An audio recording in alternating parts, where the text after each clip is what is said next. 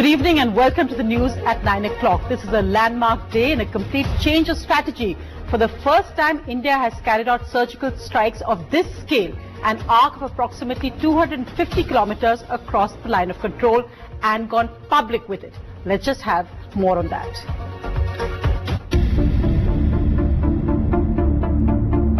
The Indian Army conducted surgical strikes last night at these launch pads. During these counter-terrorist operations, significant casualties have been caused to the terrorists and those who are trying to support them.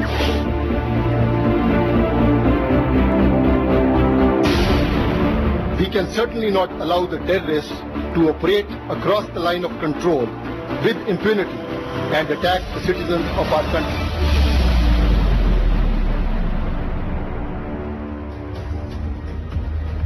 The top headlines on that developing story. India hits back with surgical strikes between midnight and 4:30 a.m. this morning. Para-commandos go across the line of control to target terrorist launch pads, killing an estimated 40. The Prime Minister briefs the President. Sushma Swaraj meets Sonia Gandhi. Support across party lines for the government's bold move. POK belongs to India. We have not violated sovereignty of any country. Minister and ex-Colonel Rathod tells NDTV we have the right to attack in our defence. The US issues a strong statement against Pakistan's support to terrorists after conversation with their NSA and ours. Pakistan in denial, however, says no surgical strikes took place, only cross-border firing. But Prime Minister Sharif calls a cabinet meeting and joint session of Parliament. Border villages evacuated in J&K and Punjab. Forces put on high alert. The Sensex and rupees slide after news of strikes, but the Economic Affairs Secretary says expected to recover soon. However, at the end of the day, these are the people whose opinions really matter, the families of the soldiers who died in Uri. तो श्रद्धांजलि होगी, लेकिन हमारे घर का जो सदस्य चला गया है, वो कभी लौट के नहीं आ सकता. The lead story. India today has done a paradigm shift from decades of strategic restraint to what's being described as preemptive defense. That happened with the surgical strikes at terrorist camps across the line of control. The DGMO said that the terrorists who were killed were planning attacks in India. They said they decided on this only yesterday after reports of that. 30 to 40 terrorists are reported killed, not one Indian casualty. The strikes were carried out by para-commandos. Helicopters were apparently also used. An all-party meeting held today supported the government. The BJP says the Prime Minister has walked the talk. The Foreign Secretary also briefed envoys of 22 nations, and the United States National Security Advisor Susan Rice spoke to NSA Doval, and the US issued a strong statement after that. Well, joining me for more on this development.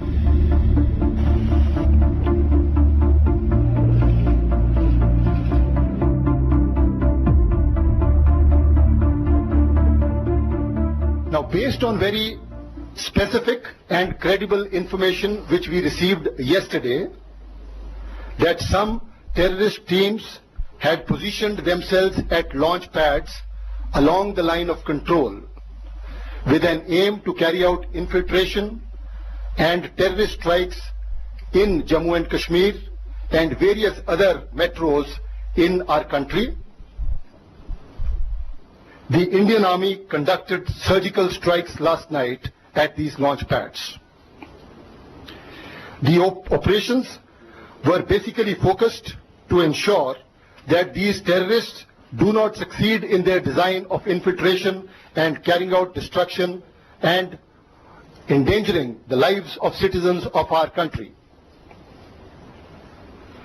During these counter-terrorist operations, significant casualties have been caused to the terrorists and those who are trying to support them. The operations aimed at neutralizing the terrorists have since ceased. We do not have any plans for further continuation of the operations. However, the Indian armed forces are fully prepared for any contingency that may arise. I have just spoken to the Pakistani Director General of Military Operations and explained our concerns, and also shared with him the operations we had conducted last night. It is India's intention to maintain peace and tranquility in the region, but we can certainly not allow the terrorists to operate across the line of control with impunity and attack the citizens of our country. In line with Pakistan's commitment made in January 2004 not to allow its soil or territory under its control for any terrorist activities against India, we expect the Pakistan Army to cooperate with us with a view to erase this menace of terrorism from our region. India has struck back hard with surgical precision. In an operation that began after midnight, Indian forces went 2 kilometers across the line of control and hit 6 to 8 terrorist launch pads or shelters where terrorists wait before infiltration into India from POK. The operation ended at 4:30 in the morning and was a combination of heli-borne ops and ground troops. Para-commandos were also used. The army says a large number of terrorists and their support staff were killed. There was not one casualty on the Indian side. These terror launch pads located here in Pakistan-occupied Kashmir had been under surveillance for a week.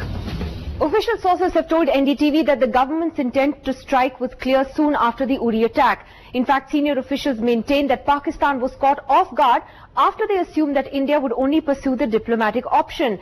Senior ministers in fact say it was a legitimate military operation against non-state actors and that Pakistan-occupied Kashmir is actually Indian territory and so this isn't a cross-border strike. This is not a military operation. It is an anti-terrorist operation. But in times like this, when terrorists are coming across and killing innocents in our country, there are such opportunities that the Indian Army takes and goes across and carries out a preemptive strike. Whenever required, any part of country comes under attack, the entire nation will get together and hit back. Pakistan, while admitting that 2 of its soldiers were killed and many injured, has denied that India conducted any surgical strike. In fact, they insist it was cross-LOC firing. The Pakistani Prime Minister has called for a cabinet meeting tomorrow. Hindustan की तरफ से small weapon fire हुआ, पाकिस्तानी अफवाज ने उनका भरपूर जवाब दिया और उसी कैलिबर में जवाब दिया जिस कैलिबर में वहां से फायर आया था. Just hours before news of the strikes broke, the American National Security Advisor Susan Rice spoke to NSA Ajit Doval and said the US acknowledges the dangers of cross-border terror and the White House expects Pakistan to take effective action to combat UN-designated terror groups like the Jaish-e-Mohammed and the Lashkar-e-Taiba. Significantly, the US statement says the Uri terrorists had crossed over from Pakistan. The government now expects firing along the line of control and the international border to increase, which is why border villages in Jammu and Kashmir and Punjab are being evacuated.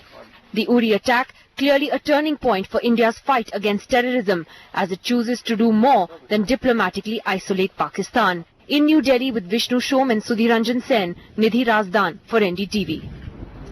Well, joining me today on a day which, as I said, a paradigm shift in India's policy, I'm joined by ex-Army Chief General Bikram Singh. I'm also joined by Professor Brahma Chellaney, Dr. C. Raja Mohan, and from the United States, Lisa Curtis. Thank you all very much for coming in. But first, let's just go across to Vishnu Shom, who has some of the inside details of how that operation was actually carried out. Vishnu. Sonia, thank you very much. Well, lots of details have emerged through the course of the day on exactly how India conducted this operation. And while there may have been one overall operation, I think it's important to point out that the attacks that the Indian Army made across the line of control in Pakistan-occupied Kashmir were over a frontage of 250 odd kilometers. And perhaps the biggest point in this one operation is that there were no Indian casualties, that according to the Indian Army. Now, how exactly did these operations take place? What were some of the key points in the strategic, in the surgical missions which were carried out today? Let's take a look.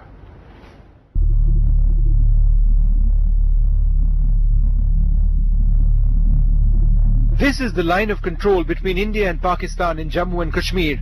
And it was across the line of control that Indian soldiers struck several Pakistani terrorist launch pads in places such as Bhimbar, Tattapani, Lipa and Kale.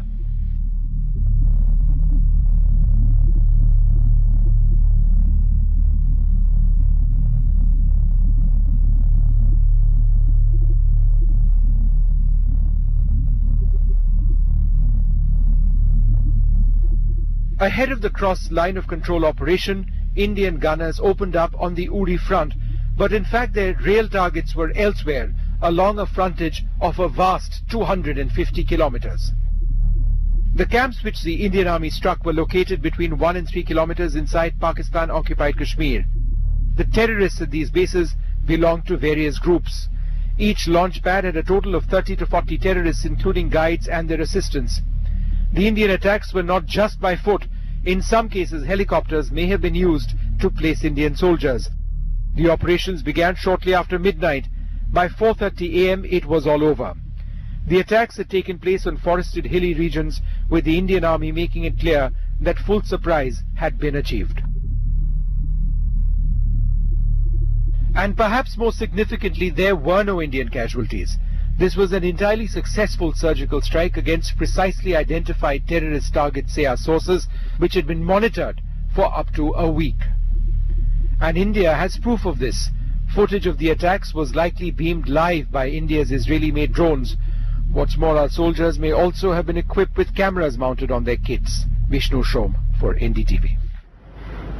Well, to discuss the different implications of this breaking story, General Singh and Dr. Raja Mohan, Professor Chellaney and Lisa Curtis with me. General Singh, former Chief of the Army Staff, when you look at what's happened today, the successful operation carried out by the Indian Army, what would you like to say?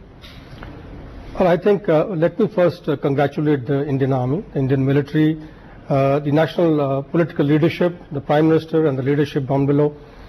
The nation, I must congratulate again. I think we've all stood together, and this is the manifestation of what happened in Uri. And after that, you heard the DGMO, he brought out that we shall strike at the time and place of our choosing. And I think we had to wait for a number of days to make sure we assess the vulnerabilities, we identified the right kind of objectives, carry out a detailed SWOT analysis of strengths, weaknesses, opportunities and threats. And then we formulate plans, rehearse those plans and go in. And I think what you've seen today is an excellent execution of that plan. And we have been able to deliver a message across to the people who matter in Pakistan, to the international community, more importantly to our people, because they were frustrated. I think the nation had crossed that threshold of tolerance after Uri. And I'm glad that a very firm stance has been taken by the government. There is political will today, and which is not only manifesting in the military, demonstration of military might and military operations. I think across the board, all elements of national power, the diplomatic, the economic, the psychological, the informational, military operations in the domain of maybe cyber operations, your soft power usage, hard power, kinetic, non-kinetic means, all this is going to be used. And I think this strategy is evolving. As I said earlier, we couldn't have had this strategy earlier. It had to start from a political intent, which has been demonstrated now. So that's really the big difference, you'd say, perhaps Prime Minister Modi's leadership at this stage, and also the fact that many turning points had come earlier in Indo-Pak, worst points, the Kargil attack, the 26/11 as well. And we remember during Kargil when there was huge American diplomatic pressure, when Prime Minister Vajpayee at that time also had to issue instructions that don't cross the line of control, that America was very worried that that would happen and the situation would escalate. What's the big strategic difference now as well? Again, I'll come to political will. You see, political will, when they have announced and they have underscored the fact that there is nothing above national interests, I think that is the ultimate. And this is something which is loud and clear, which has come from the so far hitherto conduct of our leadership, their statements. You look at the Prime Minister's statement from the ramparts of Red Fort. He was very categorical. There was nothing to hide. G20 summit in China, thereafter the South Asian summit, you saw what happened over there. You've seen what he talked of in Kerala. So it's demonstrative of the political will, and everything starts off, Sonia, from the political will. If the nation has a political will, we shall be able to evolve. But the only thing I want to bring out is that this will has got to be demonstrated over a period of time. You cannot expect overnight results. Yes, you will continue to hit like this militarily, showcase to the government, to our people, to various players of the environment. But I think more importantly, it is the other elements of national power, the other prongs of the strategy, which is a multi-layered, multi-pronged, comprehensive strategy with the whole of government approach. This has got to be enduring. It has to manifest over a number of years. So you're saying it can't be a knee-jerk reaction, all the other elements had to come in, and in that sense, Raja, the whole, what has been building up over the last week, the SARC, the decision to boycott SARC, the fact that the other countries in this region supported us, the tough noises on the Indus Waters Treaty, MFN, etc., part of a larger plan. Did these strikes, however, take you by surprise? Is strategic restraint now a dead word in Indian foreign policy? Look, I think as you used the word landmark when you began, I think the problem for India for the last 30 years has been how do you call Pakistan's nuclear bluff? How do you overcome the so-called fear of escalation? The fear of escalation had limited what you can do. So what they've done today, I think, is to get out of that. But this is just the beginning of the process. I fully agree with General Bikram saying that this is not going to end here. This is going to go on. What we have done is today open that space for putting some pressure on Pakistan, and now the ball is in General Rahil Sharif's court. You're not saying Nawaz Sharif. No, it is not, because poor Nawaz has nothing to do with this. Here is Mr. General Sharif, who was about to be declared Field Marshal, celebrated as the greatest general, like every chief seems to be celebrated like that. Who's retiring soon as well. Yeah, so he has to now, while they deny it today, his escalation. We must expect escalation. And then I think all the factors that General Singh mentioned, from, how do you manage this crisis, escalation, how do you deal with other powers, how do you deal with Pakistan? I think there's going to be a whole lot of play, but I think at least we're starting on a new course, which has got more possibilities, but is also full of some uncertainties. So, but this is uncharted waters we have embarked on, which is better than getting stuck in the fear of doing anything. So it's a beginning today, not an end unto itself. Let me just say what Prime Minister Nawaz Sharif actually did. Pakistan this evening summoned the Indian High Commissioner, Mr. Gautam Bambawala, in Islamabad. Also, Nawaz Sharif has called for a cabinet meeting tomorrow. He's called this surgical strike as unprovoked aggression by India. He's also called for a joint session of Parliament next week, and he's asked to meet all Punjab's Pakistan state chief ministers. But bravado at this point. Brahma, Chellaney, if you can come in here. You had written earlier, just about a week ago, but how this is really a test for Prime Minister Modi's credibility as well, that it is a turning point considering he came into power in a sense as a completely different leader. Has he lived up to your test in a sense? Do you think this has actually established him as a leader in the ilk of someone like Indira Gandhi, as somebody who's strong and will take decisions? He's broken away from, say, the Prime Ministers before him completely. He's established he is different. Today's set of strikes are a potential game changer in several ways. First, India had locked itself in a straitjacket of indecision and inaction for years, which had created a sense of despair among the Indian public. You didn't like the word strategic restraint? Well, strategic restraint is an idea prevalent only in India. There's nobody in the world has ever enunciated the doctrine of strategic restraint in the face of aggression by an adversary. Only in India were people camouflaging strategic meekness or strategic negligence as strategic restraint. Strategic restraint was not a cost-free option. It began imposing escalating costs on India. It began undermining India's regional power status. It began emboldening the enemy to ratchet up its unconventional war.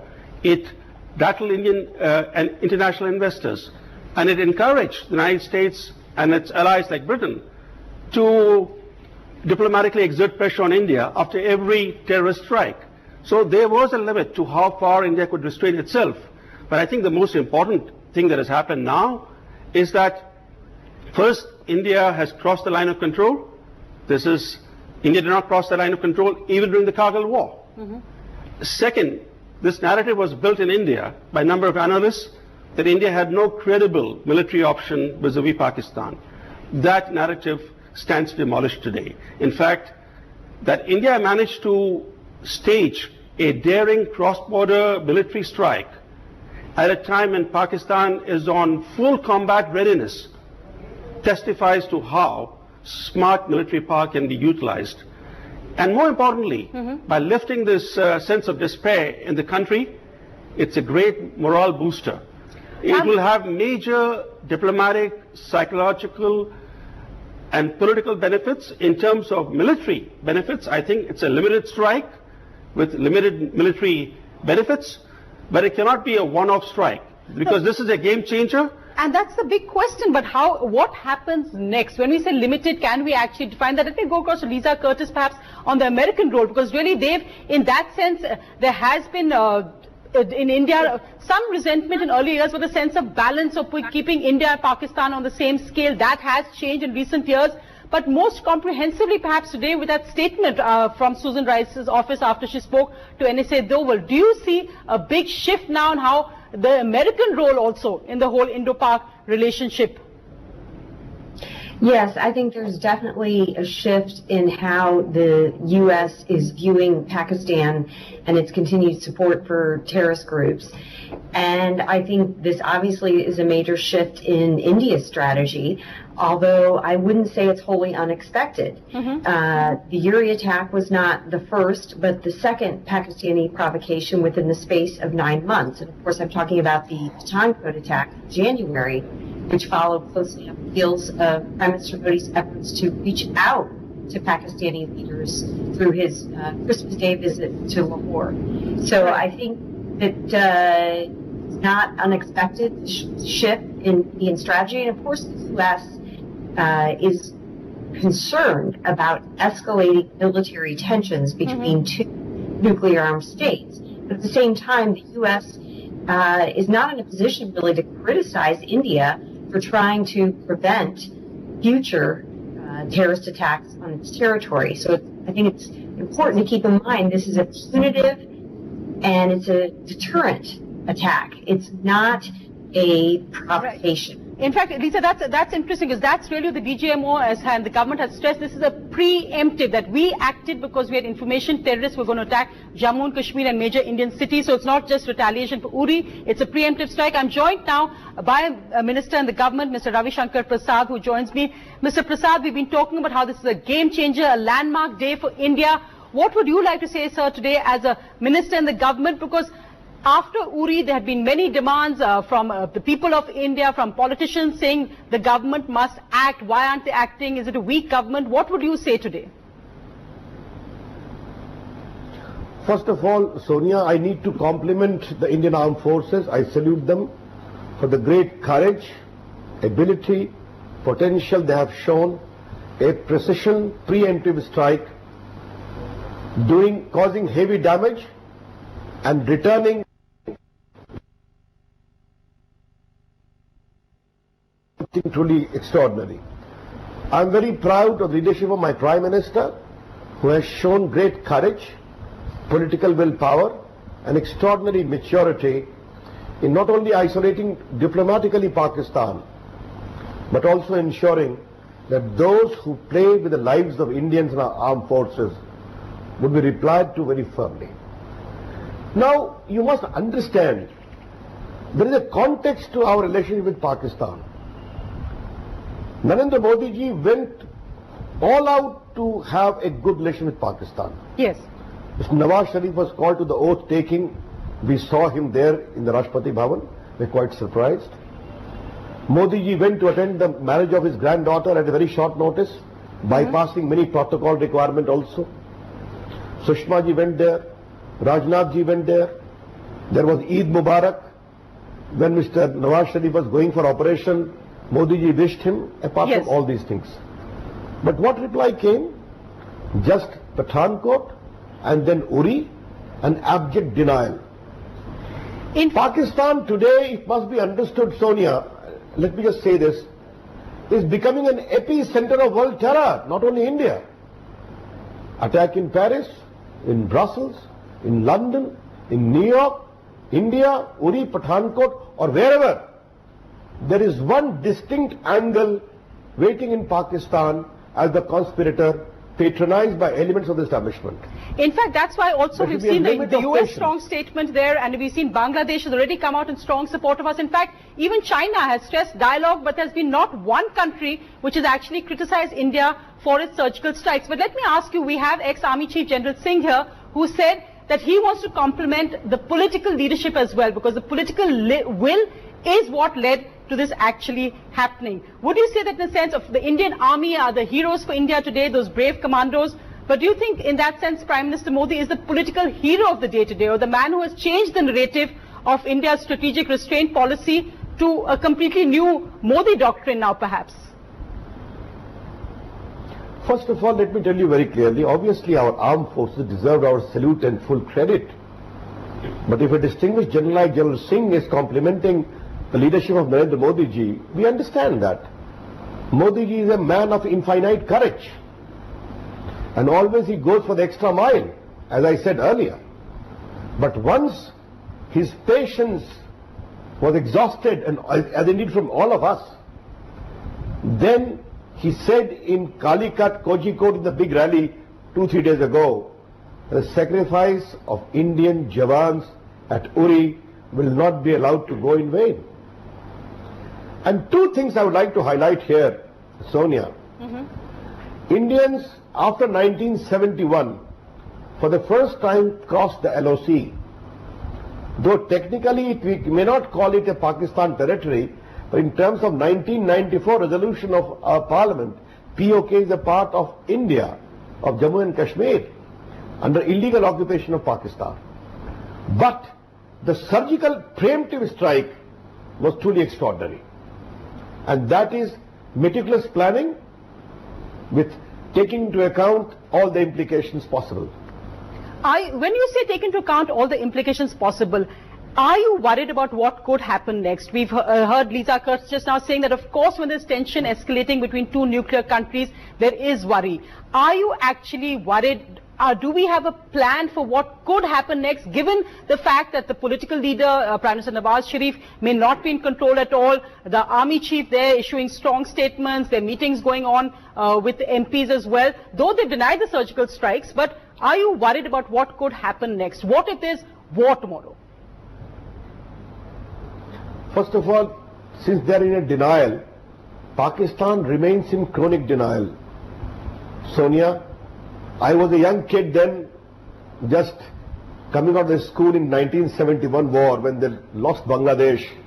I remember Yahya Khan speaking on Radio Pakistan, I heard it myself, telling the people in a very guarded way that we have lost East Bengal. Though for months together they were saying we are winning the war. Therefore, this kind of denial is chronic to Pakistan. Good luck to them. It's none of our concern. But why should we be worried? No. Once we took this decision, we have gone through all the pros and cons, and we are fully prepared to safeguard our integrity and also our security. That is not negotiable. Let Pakistan know very clear in unmistakable terms, if you will foment terror, if you will continue to create mayhem in India of innocent citizens and the armed forces, you will be firmly deployed. And final question, Mr. Prasad, the all-party meeting, you've got full support, the Congress, other parties have all backed the government and the armed forces today. But interesting, of course, and at a time when there was a lot of mocking of what they said, the Prime Minister Modi's 56-inch has been reduced. And also you saw all the statements. Also interesting today is that Prime Minister Modi is being compared to Indira Gandhi. Is that a comparison you would accept? And also, what would you like to say today to all those who criticized what they said the Prime Minister Modi's 56-inch chest remarks were? Well, Sonia, first of all, let me tell you, today is the day when the entire country needs to speak in one voice, and I'm very happy that the entire country has spoken in one voice. And therefore, the Minister of this government, I need also to compliment all the political parties who came, who have spoken in one voice, supporting the government initiative and also complimenting the armed forces. That is what the hallowed tradition of our democracy is. I remember when 9/11 happened in Mumbai, I also came on your channel, but we fully supported the government at this great time of crisis. That's what India.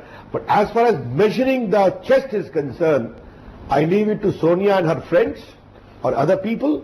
We do our job, and we do our job firmly in pursuit of security of India, which will always be dear to us, and we shall never compromise. And Prime Minister Modi, strongest leader after Indira Gandhi? Well, that is a comparison. I leave it to you. India is very proud of its leader. What is wrong with that? If anyone is drawing any lesson or comparison, I leave it to them. But I am very proud of my leader, the Prime Minister, who has shown great maturity and heroic courage and qualities of leadership. Mr. Prasad, thank you so much for joining me today. As I said, on this game-changer day, possibly, as Professor Chellaney said, let's just look at that all-party meeting and, of course, the political outreach by the government from Prime Minister Modi to the President and Sushma Swaraj to Sonia Gandhi. Victory in their step, a day of pride for the government and the ruling party, faced with opposition criticism since Uri over Prime Minister Modi's 56-inch foreign policy. Today, the message went out loud and clear. the Indian Army conducted surgical strikes last night.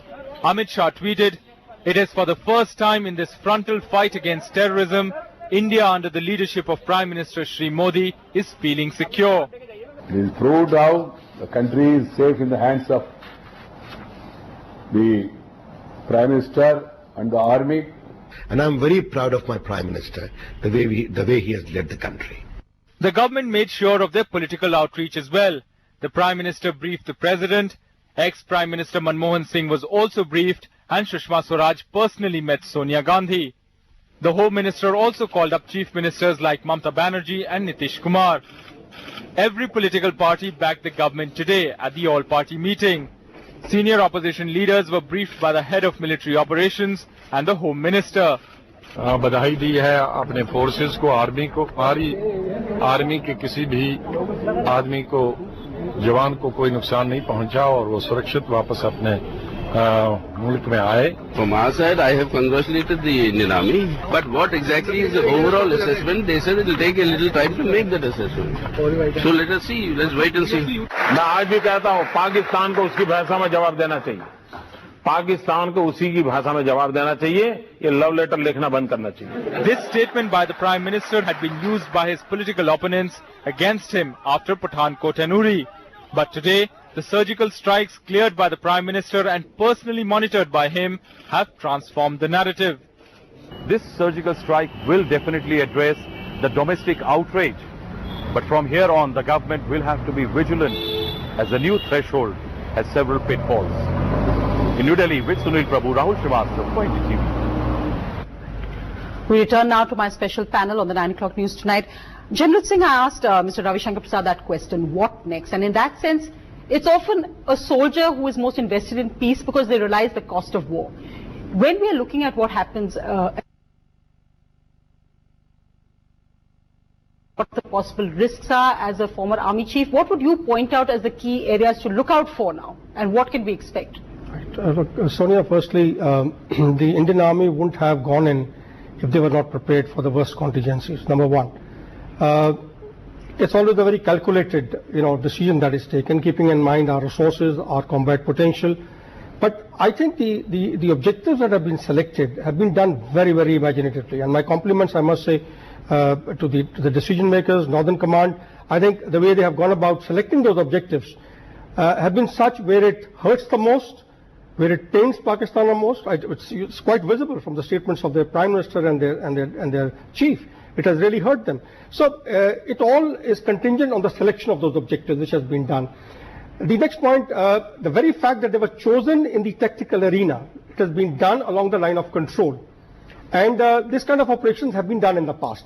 I'll be very honest with you. It's not that the first time we have crossed over to it. We have done it in the past. But yes, the scale at which it has happened, the political will after which it has actually unfolded is something which is to be appreciated. Earlier it was left to the military to carry out. But I think this time the military operations have been supported entirely, I would say. They've been steered by the political will, by political agenda, a framework. So we have taken into consideration, I suppose, the very fact that you would have seen what the DGMO brought out. Very cleverly he brought out. He said, look, we have achieved our aim. We called off the operations. He's told them, look, what we wanted to achieve, we have done it. Notwithstanding that, he also qualified in the same breath that we are also ready for any contingency. So I think that should be very clear to the nation, to everybody, to people across, and to the people who matter in terms of, he's hit the minds where required through his statement. That look, we don't want to escalate the thing, the ball is in your court. You want to do it, go ahead. And for that, please remember, we are ready for all contingencies. And I think it was very imaginatively, I would say worded, chalked out statement by the DGMO, which he came out in the morning today. But yes. Add to what General Singh has said, this operation early this morning carried major political and military risks for India. Think of a scenario in which some Indian paratroopers had been captured by Pakistan. They would have been paraded on Pakistani television.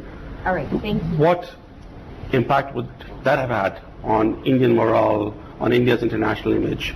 Now, when we think of Pakistani reprisals, there will be reprisals for sure. But they are also factoring in the risks they are taking. What if some of their soldiers get captured by India? What will it do to Pakistan's image? Because The Indians carried out a very successful, neat surgical operation. But if the Pakistanis retaliate and they err, even in a small manner, some of their men get captured by India, the humiliation that has been inflicted on Pakistan today will become so unbearable in that scenario. So there are these risks that they will have to bear, but India will have to be prepared for this escalation. Is the deniability actually good for us in a sense, because it gives Pakistan a way out? So no, it's only a temporary face saver that, look, I mean, actually General Sharif is in a bit of a spot. If he doesn't do anything, people in Pakistan are going to ask. Indians are saying they hit you, what are you doing about it? You can deny any amount, just as your television channels operate, there are people on the other side who are going to question. And then it's also, I think, going to sharpen some extent the civilian-military tension. So if it has to do, so the burden of escalation now is very much on General Sharif's shoulders. And that's where the question, does the rest of the world come in and say, look, stop? Or is he going to do a terror act, something, an attack in Indian asset in Kabul? Look, I think he's got many options too. So I think the next stage is going to be very important, because what we've done is a good first step, but now is where you have to prepare for a whole lot of contingencies. Internal attacks, attacks on foreign assets, attacks on locations abroad. It could be escalation on the LOC, IB. So I think the game is going to be played. I think that's why the government today was very restrained, very modest, saying, look, didn't want to gloat, didn't want to overhype the thing. We're prepared. We're going to be ready to deal with the next stage. There will be a next stage which will starting tomorrow. Well, we'll look at some of the immediate aspects first. We'll just go across to the border villages, because we know already border villages in both Punjab and Jammu and Kashmir are being evacuated. Nazir Musidi is right now in Uri. Now, that's not an area which is being evacuated, but of course an area which faces often cross-border firing. Nazir, what are you hearing from where you are? Well, I'm in Uri, Sonia, where it all started 11 days ago after the attack in Uri army installation, where army lost 18 soldiers and around 30 were injured.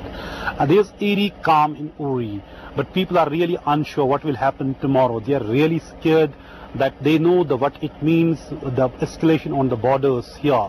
They have seen it before 2003 the ceasefire agreement between India and Pakistan.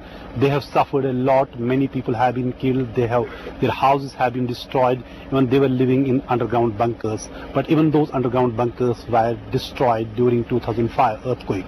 I'm joined by some of the residents of this area, Garkot in Uri, which is really highly vulnerable to shelling from across the border from Pakistan. आप ये बताएं कितना डर है कि अगर shelling हो आप कैसे महफूज रखें? देखिए, आपकी बात जो शेलिंग होगी तो तबाहकुन शेलिंग होगी। आपको लगा 2003 से पहले खराब ज्यादा हालात हो सकते हैं? बिल्कुल ज्यादा। इस वक्त जैसे मतलब जो अभी की स्थिति बनी हुई है, सिचुएशन बनी हुई है, बिल्कुल खराब है।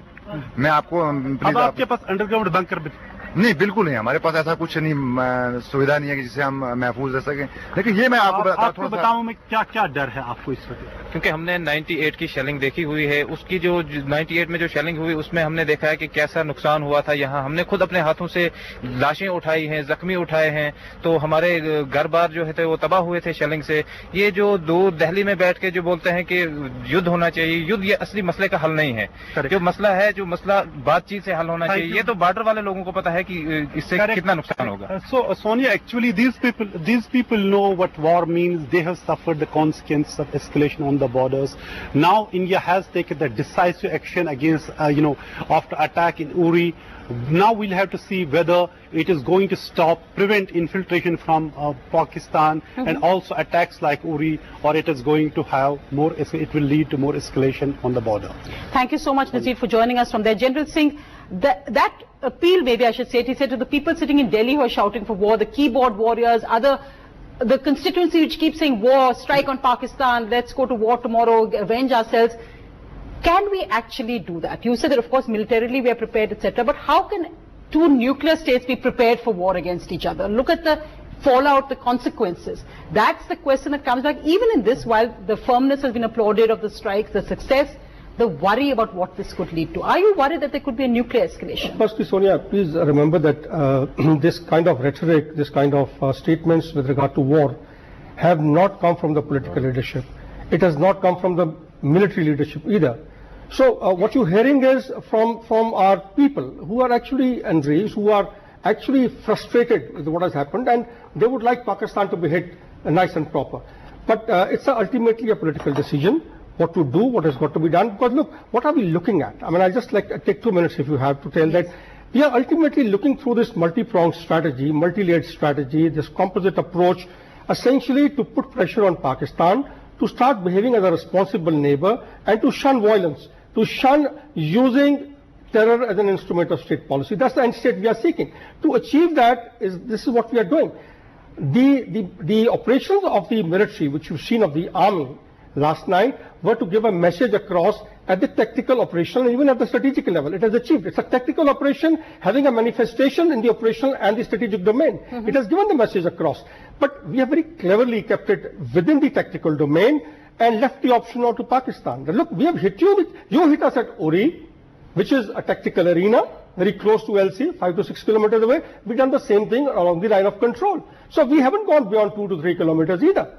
And therefore, if they want to up the ante, so be it. But I think very cleverly, very intelligently, I think very well articulated by the DGMO today, he brought it out. That look, we have called the operation off, he said. No more. He reminded me of another young soldier during the Kargil war, General Singh, when you had the job of giving all the details that you could about Kargil as well. Then, but I'm glad I'm meeting you after so many years. No, but I'm glad it reminded. But I just wanted to ask Rajamohan on that, the way it's been articulated, because it has, the statement says, along the LOC, which presumably, obviously, terrorist launching pads are not going to be on the Indian side of the LOC, but along the LOC. But Colonel Rathore, Minister in the government, went a step further. He said, yes, we did cross the LOC. He makes the point that POK is our territory. So where's the issue? We have not violated the sovereignty of any country. Is that a smart way? Is that actually the new strategy we see at play now? This is a red herring. See, look, I mean, sovereignty, I mean, Pakistan doesn't claim sovereignty over POK, right? I mean, they say it's Azad Kashmir. So I don't think that is the sovereignty is the issue. There is a military reality, which is a hardened military border out there. And it's taken us 20 years to get out of the psychological fear of escalating to a higher level. That's what we've done today. That doesn't mean there is no tomorrow. No, and also that the fear may not be a valid one. Yeah. Of nuclear escalation. See, until now, the fear of nuclear escalation, Pakistanis were using that fear to bring the other people, and we had self-restrained ourselves. Today, we've broken out of that. That doesn't mean the dangers have gone away. Now the challenge is going to be, how do you respond to his next step? My sense is there will be some next steps, and that's why the government was careful, called it a narrowly defined counter-terrorist operation. They're not saying it is a dramatic victory. This is just the beginning. So I think they know the consequences. They know there's going to be other complications in the coming days. And I think the leadership now will be tested to deal with the next level, which is of escalation, of managing escalation, and the cost and the consequences of that. My sense is, the more you demonstrate political confidence, the rest of the game will become easier. And I think that was what he's achieved today. Internal support. Externally, no country has criticized us so far. And puts, with having Bangladesh and Afghanistan on your side, you signaled Pakistan has some problems. And I think that we are in a better place today than we were 2 days ago. That doesn't mean the story is over. Professor Chellaney, you were the outlier in a sense who actually sat and wrote that, yes, why can't we actually look at the Indus Water Treaty and renegotiate, or not renegotiate, even revoke if we have to, what's patently unfair. In that sense, do you think the big game changer also has been the reaction of the international community, even when this talk of revocation of the Indus Water Treaty, even when the talk of striking back, when the army had said, the DGMO had said we will at a time and place of our choosing, the world community reaction has been completely different from what it was, say, just a few years ago. Will that actually be perhaps the lever that we can use against Pakistan, because they know that they will be isolated? The world doesn't respect the weak and the meek. The world respects those that can stand up for their rights. More importantly, what India is seeking to do, and I think General Bikram Singh has articulated very well, is not seeking war. War in today's situation will not benefit any country. Certainly it will not aid India's interests. What India is seeking to do is to pursue a doctrine of graduated escalation, which means it's going to employ all tools of leverage and coercion, including economic, political, diplomatic, riparian tools, as well as special forces, to inflict pain and punishment on an adversary that is waging a war of 1,000 cuts against India. Now, in this scenario, you can actually inflict pointed and sustained pain and punishment on Pakistan without Pakistan being able to inflict any kind of unbearable cost on India. If Pakistan can wage an undeclared war by terror for 30 years plus against India, India, which is much larger, economically 12 times bigger, 7 times bigger demographically, and at least 3 times bigger militarily, certainly can wage an all-out, silent war against Pakistan. So what we are seeing in response to Pakistan's undeclared war is a counteroffensive that will employ all the tools of leverage and coercion in a very calibrated and gradually escalating manner. And the choice for escalation, as General Singh pointed out, falls on Pakistan. Interestingly, you said that because the Sensex and the rupee fell today amid this news, and as an analyst commented, money has no moral. So in that sense, nobody wants a full-out war and all that. But just to ask that point also, that we've seen now, the Indian Motion Pictures Association has decided to ban Pakistani actors. Where in the sense of when we're talking about looking at what happens next, the challenges ahead, escalation, but where does any sense of perhaps a dialogue process, bringing India and Pakistan back, we are neighbors, we can't choose neighbors, to some level of communication which needs to be done? Look, I think every single... So has that completely failed now? No, not at all. That is completely off the table? Every single Prime Minister has tried to engage Pakistan. And this Prime Minister invited Nawaz Sharif to come to his swearing-in ceremony. Then he lands in Lahore on a short notice with no security. You've done your bit. Now you're saying, I've tried my best, because he's willing to gamble for peace. Today he's willing to take those risks for putting the pressure, the coercion, the diplomatic and political coercion on the Pakistani side. And I think you had to do that. It's only that will produce a different set of conditions under which dialogue will be possible again in the coming months. But you had to go through this phase. Final thoughts, General Singh. Do you wish that as army chief, at that time also there was the tragic killing of Jawans by Pakistani-backed terrorists across the LOC. Do you wish as army chief that you'd got the same political clearance to go ahead? And final thought tonight perhaps on the surgical strikes, what you'd like to say to the soldiers who carried out, as Professor Chellaney pointed out, they could have been captured, it would have been a disaster for India in that sense. Final thoughts on what you'd like to say. Look, Sonia, firstly, I'd not like to compare, but let me tell you, yes, political will that has been demonstrated now, it's a treat for every soldier, I must tell you this. As a veteran, I'm in touch with a lot of army guys. As a veteran, I feel very nice about it, that ultimately we have decided to hit back. I mean, there's no more nonsense we are going to take from Pakistan. Yes, but let me also tell you, in the past, these operations on the line of control, if you go back, 3-4 decades, this has been going on. It has been launched by us, by Pakistan. It has been ongoing affair. It's not that. But as I said earlier, what is different from the past to now is this entire operations of the military are being supported outrightly, openly, overtly by the political leaders of our country. And I think that's the greatest morale booster for the military. And given that scenario, it is not that people have gone berserk in the military. They have calibrated the use of force very, very intelligently to make sure it remains below the threshold. And we told Pakistan very categorically, look, you did this to us, we have hit you back, we are not, pursuing this operation any further. It's up to you now. And I think it's a very beautifully orchestrated, planned, orchestrated and executed operation. General Singh, Dr. Raja Mohan, Professor Chellaney, thank you so much for joining me tonight. We're going to end the bulletin after a quick break when we go, as I said, to the opinions of those who matter so much on a day like this, the families of those who died in Uri. That's after a quick break.